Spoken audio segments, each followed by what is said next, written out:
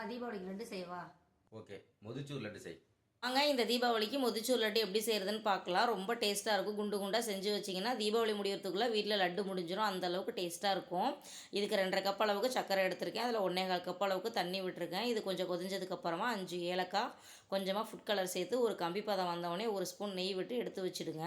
அதே கப்பில் 2½ கப் அளவு கடலை மாவு எடுத்திருக்கேன். இதை நல்லா சளிச்சிட்டு 2 பிஞ்சு உப்பு, 2 பிஞ்சு சோடா உப்பு சேர்த்து தண்ணி ஊற்றி நல்லா தோசை மாவு பார்த்து கலந்துக்கலாம். அப்போ எண்ணெய் சூடானதுக்கப்புறமா வீட்டில் இருக்க ஜல்லிக்கரண்டியில் இந்த மாதிரி மேலே மாவு ஊற்றுனீங்கன்னா கீழே இந்த மாதிரி பூந்தி நல்லா விழும்.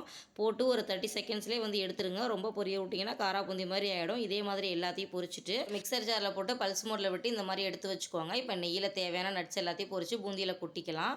நம்மளோட சக்கரை பாகையும் உள்ளே சேர்த்து ஒரு 1/4 மணி நேரம் கிளறி அப்படியே மூடி போட்டுருங்க. ஜீரா எல்லாமே நல்லா ஊறினதுக்கப்புறமா பூந்தி பிடிச்சிங்கன்னா ரொம்ப ஈஸியாக இருக்கும். இதே அளவில் செஞ்சு பார்த்துட்டு எப்படி இருக்குன்ட்டு சொல்லுங்கள். இந்த வீடியோ பிடிச்சிருந்தா லைக் பண்ணுங்கள்.